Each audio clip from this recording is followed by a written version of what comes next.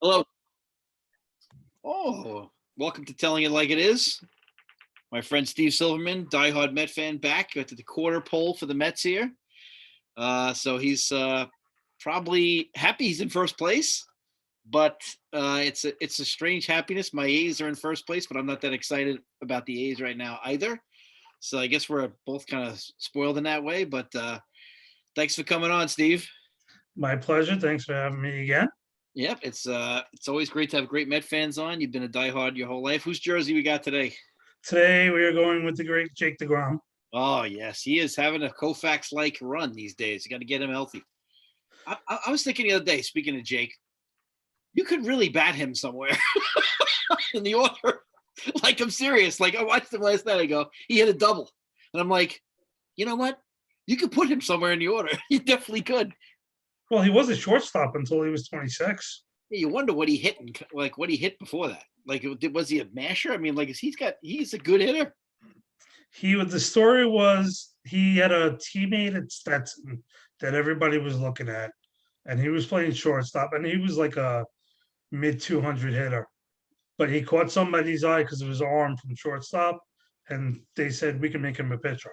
Oh yeah, well his leverage is. I've never seen a guy throw that easy.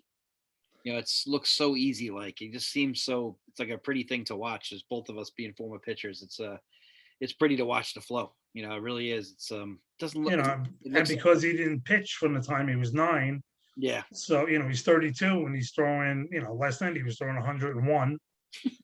2 years ago he was throwing 94. yeah. Last year, he's getting better with age. He, it's funny. He's not bigger either, which is a lesson for your boy Noah there. Like he didn't get Right. bigger. He just got better. He just got fluid. It's like I always say to the guys that pitching speed is always like shooting range to me. You don't have to be the biggest guy to have deep range. You just got to have repetition and good consistency. I feel like that's a big help. He's a combination to me of Nolan Ryan and Greg Maddux. Yeah, and he reminds me a little bit of Randy too with his. Randy was a little more drop down, but Jake is so fluid. It's really when you get in a series, you always have a chance with him. That's one of the big problems with my A's. We don't have a horse like that. But back to your Metsies here. The injury bug is really rough on you guys. What's going on with all these injuries? It's except for Pilar taking one in the face. That was a great play, by the way. Great effort. Yeah, but you've got he'll be back. You've got everybody else is all hamstrings and sides and a bone bruise in his finger for Nimmo. Yep. It's I think it's really time Major League Baseball's got to go back and say Bartolo Colon had the right idea. Yeah. Just be fat and happy and go play. I miss Bartolo. I wish my team would sign him again. We could use it. These guys are so huge and their muscles are so tight that everything's popping, pulling, tearing. It's funny you say the left side issue. I've never heard of these side issues. My side hurt after every start. Yeah. It's like, did we have obliques? Oh yeah, it's like these guys like I'm sore. I'm out with soreness. That's why you stretch. You have 4,000 trainers around you helping you. You can't stretch. So yeah, the injuries. I feel like you guys will, definitely you're hanging around, and so that's good because you're in first place, and you're lucky that no one's running high. No one's gotten off to a great start. I will say though that you and me are in the same predicament in one regard. I feel like the wild card I'm not going to be able to count on this year, and the way the West is running right now, I guess you're going to have to hope that the Padres, Dodgers, and Giants beat each other up, or else the wild card would not be an option for either of us. Because I'm in trouble with the AL East with that. I mean, so it's going to be tough. You're going to have to win that division. I feel like the Nationals are just such a disappointment to me with that talent. And the Braves are getting hot, and the Phillies, I think Harper just went out. Yep, he's on the DL now. So it's a mess. Yeah, I have no illusions of a wild card. It's that both of them are coming from the West. Yeah. I have no doubt about that. Yeah. We're in first by a game and a half. The spread between all the teams is like 3 games. But we're in first, and that's because of the great bench Right. that they put together during the spring. But with all the injuries, so now all the bench players are playing, and you're finding out that we have no major league ready talent in double and triple A. Yeah, that's a problem. You just scouts or your organization wasn't doing their gig, and that's something that concerns me with my ball club too. They brought up Khalil Lee, who was, the big guy we got from Milwaukee in the offseason, and he was one of their top prospects, and he's 1 for 11 with 10 strikeouts. Yeah, you gotta wait. Maybe he'll get hot, but Yeah, so he's just not ready yet. right, it takes time, and it's unfortunate that you have to learn on the major league level. That's a lot of pressure in New York. The fans, as we know, are always tough. But how about your guy Lindor here? We talked about this on the preview show about even if he does okay, turning down that original contract, even though he did sign later. Well, he signed that night, Yeah, he which puts was New funny. Yorkers. Puts New Yorkers on notice because New Yorkers, we want you to respect the game and we want you to love playing, and I'm sure he does. But at the same time, when you make a beef about that kind of money, sometimes it raises people's expectations. So, what's he batting now? Do you know any idea? I think he's back under Mendoza. He should be about, was he 1 for 4? Let's say he's probably hitting about 188, Yes, 190. he's still on the interstate. Yep. He got a lot of A's on the interstate. He hit that home run in Colorado. I thought, okay, here we go. He hit his first home run at City. I thought, okay, here we go. But I can see he wants to do well and he's trying, but yeah, now he's in his head. Right. And now he's just gripping the bat way too tight. His swing is a mess. His head is a mess. It's off balance. Oh my god. He's out in front on he's out in front on 98-mile-an-hour fastballs. Yeah. Yeah. He still seems to be enthusiastic though, which I really respect. And he's playing a great shortstop. Yeah, and he is, and I have to give him credit for that. That's how I feel like he's going to break out. And the good news is when you sign to that kind of a contract, they're just going to play it till you produce. And so, I think that's a positive in some ways. He's been really enthusiastic, and it's hard, but it's always hard to come to New York and perform. We've lived here a long time, so we know that the rest of the country probably doesn't understand this pressure. But with social media and the WFAN and all that, it's so rough. He finally, this is the first homestand where he's really hearing the boos every at bat. Last night he heard him, yeah. Yeah, and but yeah, his attitude's still good. Like I said, he's playing a fabulous short. He had that one incident with McNeil, right? Where they had who cares? Yeah, that was us every day. 86 did that every day. And I think he needs to go on like a nice 7-8 game tear. Sure, yeah. Where he goes 2 for 4 every day. Yeah. Get his confidence back and he'll be fine. Yeah, you'd like to see the hitting coach just focus on just staying in there. He's very off balance. If we could just focus on one thing at a time, I always used to find myself just, pitching or hitting, try to simplify the game. And the weird thing with him is it's from both sides of the plate. Yeah. It's not just one side. He's flailing everywhere. Yeah, I mean, just focus on the balance for now and tell him to be aggressive and, work the count and just go, get his count and get his pitch. But, with the lineup they have now, I'd get him out of the 2-hole and let him lead off. Yeah, exactly. Because let him look for the walks. Yep. Let him get him deeper into the counts, and he gets on base. He's capable of going. But looking at your pitching staff, your starting rotation, what do you think about the starting rotation so far? It's where, like I said, we're at the quarter pole for the Mets. You had all those rainouts, so you're just at the quarter pole for you guys. What do you think of that rotation right now? Well, obviously Jake's been everything you want. Sure. So you just put him to the side because he's him. Yeah. Stroman started off really, really strong. Got cranky in the rain that one day. The next start after that, he got hit a little bit, bounced back well. Taijuan Walker's been the surprise for me. Right. He's been pitching outstanding. And Peterson is a young lefty who will flip a coin. Let's see what we get each day. He's either throwing 8 innings of 1-run ball or he's out in the third. I like what I see from him though. I did until recently. Yeah, I still think he's going to be okay. I think he's going to begin to throw harder. He's a big guy. I think he's just got to get into his body a little more. I think he's got some potential. I think it's a guy that you have to hold on to, and you need to give him, as painful as it sounds, a couple of years and be very patient. I think there's some good things there. I definitely think they made the right decision hanging on to him and getting rid of Matz. Yes. But yeah, it's just frustrating not knowing what you're getting from him. Sure. Oh God, yeah. And then the fifth spot is, nothing right now because it's either a full bullpen day Sure. or it's Joey Lucchese, who Yeah. lasts 5 minutes and he's out. Yeah. Well, and you're still missing those other two. Yeah. Well, aren't you missing the workhorse still this year in the middle of your pen? That's been a closer and a middle pen guy for years. What was his name? Oh, Lugo. Yeah. What about him? Is he coming back ever? Or? He's well, with all these injuries now and everybody being pushed back, he's going to be the first one up. He's supposed to be back. He's eligible to come off on Monday. Good. He's a guy that I always And, think was underrated. well, at this point, I'd stretch him out. Yeah. Let him start. Yeah, because I think like he's one of those guys. He reminds me of Ramiro Mendoza from the Yankee days. He does so many good things for a team. I feel like. And Gazelman, what about him? He's pitched okay. He had one bad outing, but he's been okay. I mean, and we'll talk about him later. But this bullpen, it's the same four guys every damn day. Yeah. Well, which four guys you talking about? Because I got the same problem on the Bay Area. It's Castro, May, Aaron Loop, Right. and Diaz. And you're burning them out. You feel.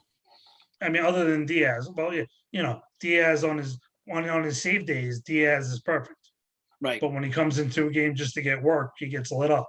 Yeah, his concentration probably way. Yeah, but Castro is almost every day.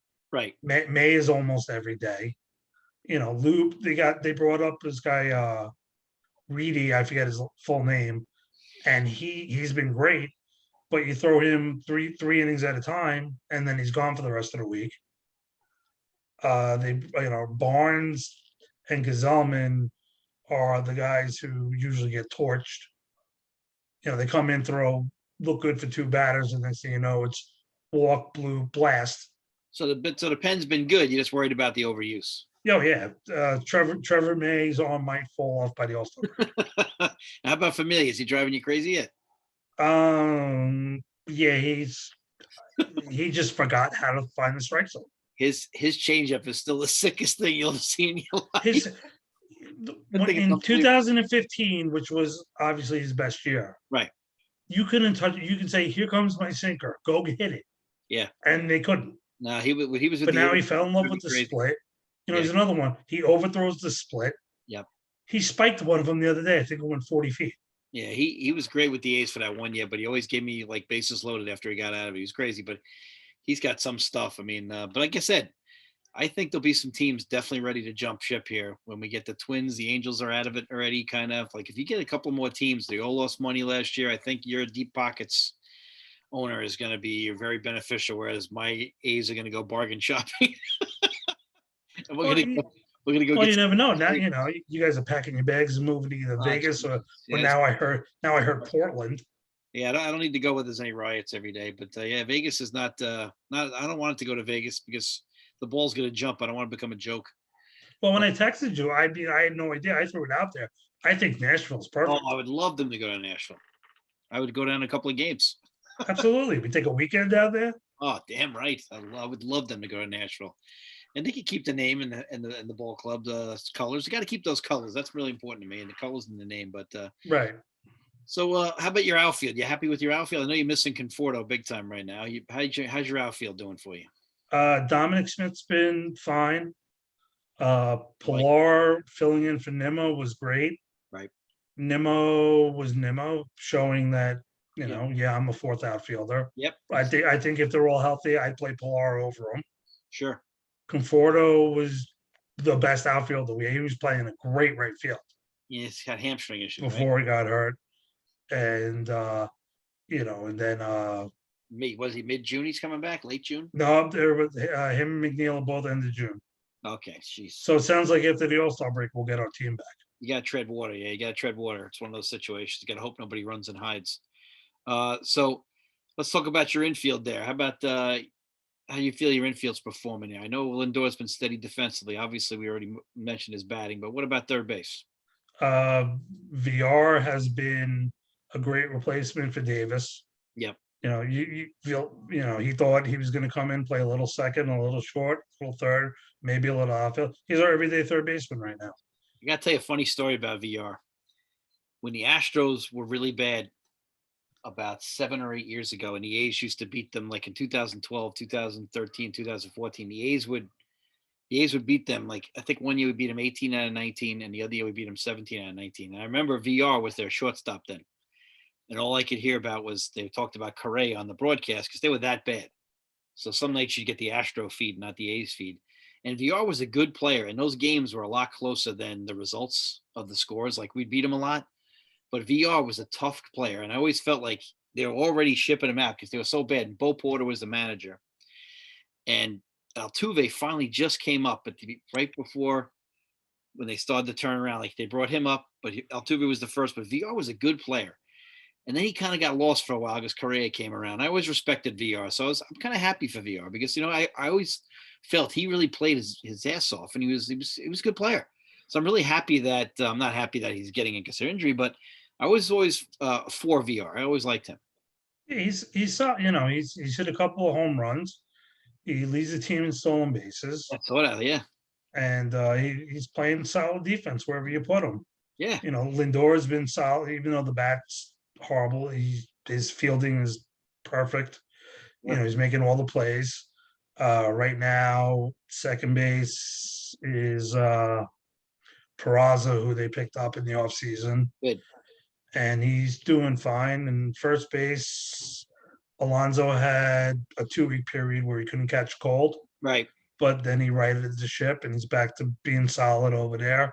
But now he's out, so now we got McCann playing first Yeah. which is a good thing because Thomas Nino is probably our best player right now, Right. and McCann forgot how to catch. Yeah. He's really struggling at the plate too. He's really struggling at the plate. He's the anti Lindor. He let his non-hitting affect his defense, and he's the reason we signed him was for his defense. Right. He was throwing great, but ever since that pass ball, that 2 runs scored and they lost, Yeah. he can't catch the ball. Yeah. Well, I'm sure he'll get back to it because he's always had a reputation of being pretty solid. Yeah. But he's just in a bad spot right now. I'm hoping that he'll eventually get it back. But it's New York's a different kind of pressure. I mean, I think the fans are all pumped up, obviously, to have the season back. But I think that puts a little added pressure on people, a little less patient because we've all waited. Now that we're back at the ballpark, I think people are like animals let out of the cage. Oh yeah, and then come what they say June. Is it June 11th or July 11th? It's going up to 77% capacity. Awesome. That's good news. It's if they're winning, it's good news. If they're still, excuse me, treading water or Sure. falling behind, it's going to be ugly in there. Got to make sure you really pay attention to who's going to be available. I think you guys are going to have some success there. I don't know what you would really need once your full team is back. I guess we could always all use more bullpen help, but maybe another arm if Syndergaard doesn't get right. But there's be some guys out there. I mean, the Angels got some live arms in that pen, and they're going to bag it. And Twins also have some live arms, and they'll bag it too. But in the National League, there'll be some other teams that'll bag it also. And you got Arizona is really struggling. You got to watch them. The Reds have some veterans that they might be willing to dump, although they're hanging around right now. And you really just got to watch this because I really believe the Mets are going to really benefit from that situation this year with all these teams looking to save every penny. I feel like the Mets owner, he's like, I didn't lose any money last year. I wasn't the owner. So I feel like he's going to really benefit. I feel it's going to help you a lot come late June, middle of July. I feel like the Mets are going to be such players. If not everybody's back, once everybody's back, they can pick and choose here. But if they're still missing a lot of bodies, you guys going to go get him. He's not going to play around, and you got to love that. Yeah, well, the way they're constructed right now, like if JD, I mean, he had a setback too yesterday, but JD Davis comes back, instead of putting him at third, I put him back in the outfield. Yep. And I know it's greedy, and you can have him next year for just money, but the guy, and again, we talked about it during the, right before opening day. The guy I want is Chris Bryant. Oh yeah, I know you've loved Chris Bryant for a while. I mean, he could play third, he could play the outfield, Yep. and his bat has come back to life, and he's a solid fielder. So he's the kind of guy they need, right. Because instant talent. They did whatever they did with the ball. Nobody said it. Right. Well, I think. I hate to say though, I wonder how much is the ball though, and how much is just this launch angle stuff. We were talking about this before. The top of the strike zone is where you can live now because with a launch angle, if you have an uppercut, which you do now, they're taught to, you're not catching the high ball. You're swinging under it. I mean, a lot of it is that because again, the strikeouts are up and the batting averages are up, and so if the strikeouts are up, can we really say it's the ball?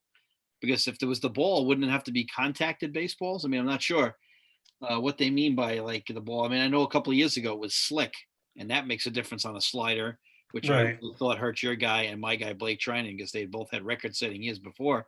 They changed the ball and they both didn't look the same. Yeah, they lowered the seams and made the ball slicker, so Yeah, that took care of that. yeah, But Keith Hernandez said the other night, he's just noticing, balls that in years past would be like back of the bleachers or out or just dying in the outfield. right. Well, Keith would know. So if Keith says it, I'm on board. Um, so what about? I know your manager's been a bone of contention for you. Uh, what about Mr. Rojas? He Okay, as great as he is with the guys and with the communication, and you're playing and you're sitting, and this is my thinking on this, and this is why we're doing that. He has no common sense or no forethought when it comes to the pitching staff. In what respect? So the other day, they had a full bullpen game Right. where they used seven, Mattingly used 10 relievers, the Mets used seven, and that got them through the game. The next day, Joey Lucchese's pitching. Right. He's the fifth starter, Right. or he's usually the long man after Sure. the opener. Sure. He's actually pitching well. He took him out after 4 innings and 46 pitches. Oh yeah. No way. After you just killed your bullpen for three, and the day after that, they had no idea who they were pitching. And So you it's and I going to be know, another bullpen game. and this is you and I know this too. When you're numb, you're already going to be numb whether they take you out or not. And then You're still gonna last have night, nights now. all we heard before the game was Jake's back, he's fine, he's healthy, no restrictions, no restrictions. 5 innings, 63 pitches, get out. He looked good. You said right. He struck out 9 in 5 innings. Yeah. I mean, what the hell are we doing here? McMahon took a 101-mile-an-hour fastball out the other way, and that was his only blemish. Right. So Got around late on it. yeah, I mean, he still, his first three pitches of the game were 100, 199. If they're not pitching it for 16 days. He's a freak. So the manager is handling the bullpen. You feel like he's overdoing it, and yet He's good. He's going to destroy him. yeah, you've expressed concern about him overdoing it, but yet he's not doing anything to help conserve it either when he can. No, he pulls. As far as I'm concerned, Jake pitches until he says he's done. Yeah. Stroman has earned that right this year as well. Yeah. He's pulling Stroman at the 6 innings and 87 pitches. Nah, see, Stroman can go further. Stroman can go 120, no problem. Yeah, he's a horse. And he doesn't overthrow. Right. He's a nice, relaxing 92, 93 breaking stuff. Yep, he keeps it low. Taijuan Walker usually goes about 7. Peterson, when he's good, he pulls them too early because he wants them to have, a positive day. No, that's not how you learn. What are we in 4th grade? Everybody says, "Oh, I want them to have a Positive positive experience." I'm sorry. I remember back in the 90s, To win a game. there were a couple of pitchers who lost 22, 19, and 17 games, respectively, and their names were Glavine, Avery, and Smoltz. Yep. And 2 years later, they were dominating the world. Yep. Yeah, we don't care about your positive experience. It's just Gotta make sure we feel good about ourselves. I really believe the first owner who hires the general manager who says, take analytics and shove it. We're going back to Yep. straight baseball, Yep. screw the shift, Yep. 4 starting pitchers. If you're in the bullpen, other than the closer, that means you stink. Yeah. And instead of having the 3-man bench, I'm going to have a 9-man bench and 4 guys in the bullpen. I tell you what, though, I like the shift only because it shows how poorly the game is played now. Because can you imagine shifting on Keith Hernandez? You would have you went 4 for 4 every day. So to me, as a person, like they shift on Olsen all the time. So even though it's annoying against my own guys, I respect it because if these hitters are so one-dimensional, I'm not doing it. I'm gonna make you beat it because these guys don't work at it. So if you're not gonna work at the game, it's ridiculous. So it's I like it in a way because you know what? I think a team that could teach at the lower levels, like you're saying, hitting the ball all over the place, you're going to win. And I always believed in the Chuck Daly philosophy that if you're different than everybody else, that's a success in some ways. And I think that what you're saying is, well, Nolan Ryan kind of did that a little bit with the pitchers when he was working with the Rangers there. But like I agree with you. I mean, I don't mind the shift. I don't mind the 5-man rotation, but God damn it, I'm going to steal a base. I'm going to run. Like the A's this year, beginning of the year, were leading the majors in stolen bases. We were like, what is that? All of a sudden, we were like, oh no, we're not allowed to do that. So somebody must have called, Bob Melvin and told him to stop because now we're not stealing anymore. Yeah, the Mets, Viora's got 5 stolen bases, Lindor's got 4, Yep. and it's just like, ooh, it's like, oh, this year he led the majors in stolen bases last year with 30. Vince Coleman had that in a week once. Yeah, and and people like try to tell you, well, the base doesn't matter as much. Yeah, it does matter. And with the power pitchers, I think it's easy to steal than ever. These guys got a bigger kick. There's more pitchers in the game. They're less likely to pay attention. They're in there in those high leverage situations. I mean, geez, I mean, I'd like to see us go a little more, but we just don't do it. And like I said, we were leading the first couple of games. We were stealing a lot of bases for the first 12 games. And all of a sudden, we're like, I think Billy Bean, even though he's not really there, he's making the phone call. Hey, Bob, can't do it. But I don't know. So in this next 40 games, I mean, your schedule probably like the A's schedule right now in the next 40 is pretty lax. So I'm hoping that we get a good 40. But you guys don't get everybody back till late June, middle of July maybe. So that's very tough. But I feel if you go a couple of games over 500 in this next 40, I think you'll be all right. Yeah, as long provided nobody catches fire and runs away. Yeah, like Which Atlanta. I don't. I mean, the whole division. This whole thing's going to come down to September, Yeah, and it's just when they just start beating up on each other all it's gonna be over exciting. again. It's gonna be very. Yeah, it's going to be great. We got to go to Philly and catch a game. Go to Philly, catch a game. I'm waiting for them to open it up so I can get my butt back in City Field. Oh yeah, I'd like to go there too. I like that stadium. I'm just a little upset about the lack of Seaver stuff, but I'll get over it. Oh, that one, yeah, they announced last week too. Now, the statue will be, excuse me, unveiled next year. You need a Willie Mays statue too. They're going to unveil it opening day. You need a Willie Mays one too. Even though he wasn't great on the Mets when he got there, it's still the New York center fielder of a National League team, and that's the Mets. So to me, like, get a Willie Mays statue too, and do right by that. I'd like to see something with Gary Carter, Keith. I'd like to see some of those guys. Well, they have that stuff's like near the Met Hall of Fame, Sure. which is in the rotunda, which they actually did a really good job of that. I walked through Right. that a couple times. They need more of a Met presence. Yeah, I mean, make it blue and orange. So make it blue and orange at nauseum. You got to do it. You got to pound it. Piazza's needs a statue. Yeah. Gary Carter, Keith Hernandez. Maybe you could throw Straw in there. He's got his life back together. Throw him in there. I mean, there's plenty of guys you can get. I mean, what's funny? I was just thinking when you talk about your manager for a second. Where the hell is Willie Randolph? And who did he piss off? Yeah, that one. How he didn't get another job because he was very good. He's the Jim Fossil of Major League Baseball. Jim Fossil goes to the Super Bowl, never gets another job. I don't know what he did. Yeah, so like same with Willie Randolph. Willie Randolph's a class act. I loved Willie Randolph as a player, and I'm not a Yankee fan. And when he's on the A's, I liked him. And like, God, how's he not getting another job? I mean, something must be behind the scenes that we don't get privy to. Because I tell you, I always loved Willie Randolph. I liked him as a manager. I mean, obviously Bobby V was my favorite. Yeah, Bobby V was incredible taking that team to the World Series. He had no business doing that. No. Jay Payton.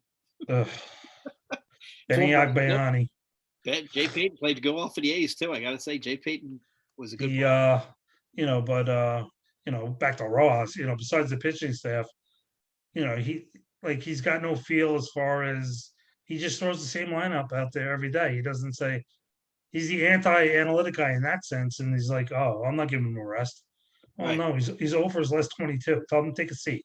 Yeah, well, we finally gave Chapman a rest yesterday. I was like, thank God. If he missed one more fastball down the middle, I got to take him to the eye doctor or something. But all right, so now right now you're up in first. The Phillies are fading a little bit. The Braves are coming. The Marlins are hanging steady, and the Nationals are still sleeping. Right. So going forward, who you fear the most in that division? Atlanta, hands down. Okay. Because Freeman and Acuna can just destroy anybody on any given day. Yeah, and they got some good pitching too. They do have some good pitchers. That guy Freed, he's Yes. making his way back from injury. He looks like he's the next big stud. All right. So in these next 40, what do you want? 22 of the next 40? You want to go 22 and 18? You settle for that? You settle for 20 and 20 and I'll take with the way the team is constructed right now, I'll take 20 and 20 and run. Oh, good. Yeah. Well, I wanted a 5 and 2 this week, and I'm already 0 and 2, so I don't think I'm getting 5 and 2. But like we were talking before, they're so banged up. I mean, they paid $1 for Cameron Maben, and he's 0 for 14. yeah, And they picked up that guy McKinney from the Brewers last night, and they put him right in cleanup. He's hitting cleanup tonight. yeah. Well, I tell you, he's got a funny stance, but he can hit a little bit. He really pulls the ball well. Maben is just a good fourth outfielder, but unfortunately, right now you need him to start for you all the time. Right. And that's hard because it's hard. Trust me, I'm a guy who plays with the fourth outfielders a lot of times all year round, so it's very hard. But I think if you get 20 and 20, that would be good. Unfortunately, most people who don't understand the game won't tolerate that.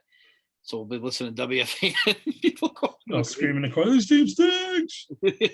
Missing half your team, but logical heads will hopefully prevail. But I want to thank you for coming on, Sylvan. We'll keep track of that 20 for 20. And we'll have you back at that 81 game mark. Sounds good. We'll be halfway, and hopefully you guys don't get any more rainouts. I really think that's a disadvantage for you guys down the stretch. We are 7 games behind everybody else in the division. Yeah, that's a big problem. I don't really like the way Major League Baseball is blowing that off. I feel like there's no urgency for Major League Baseball trying to make sure that you guys can catch up gradually, because I don't think that's fair to lump you at the end like that. Well, no. We have 4 doubleheaders in June. Oh, Jesus. That's like 2 in 1 series. Like I think we have a 6-game series against the Braves. Let me tell you my doubleheader theory with the Mets, though. I think the Mets are the best doubleheader team going because Jake pitches the whole game. Mm-hmm. I'd save him for every doubleheader. I'd be like, that's one game right there, no bullpen.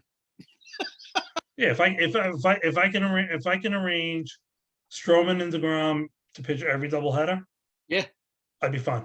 Yeah, because the bullpen's totally rested, and you got to get Syndergaard back. This guy's got to give us something, for Christ's sake. I mean, Jesus Lord.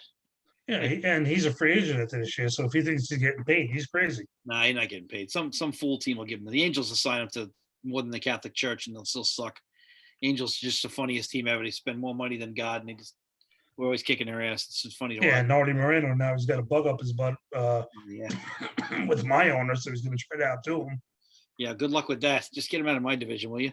But so we'd love to have you back then on the game 80 or 81 around then, whatever your schedule fits, and hopefully your Metsies are right where they are right now in first place. It's good for New York, and it's good for the radio, and it's good for social media and here in New York.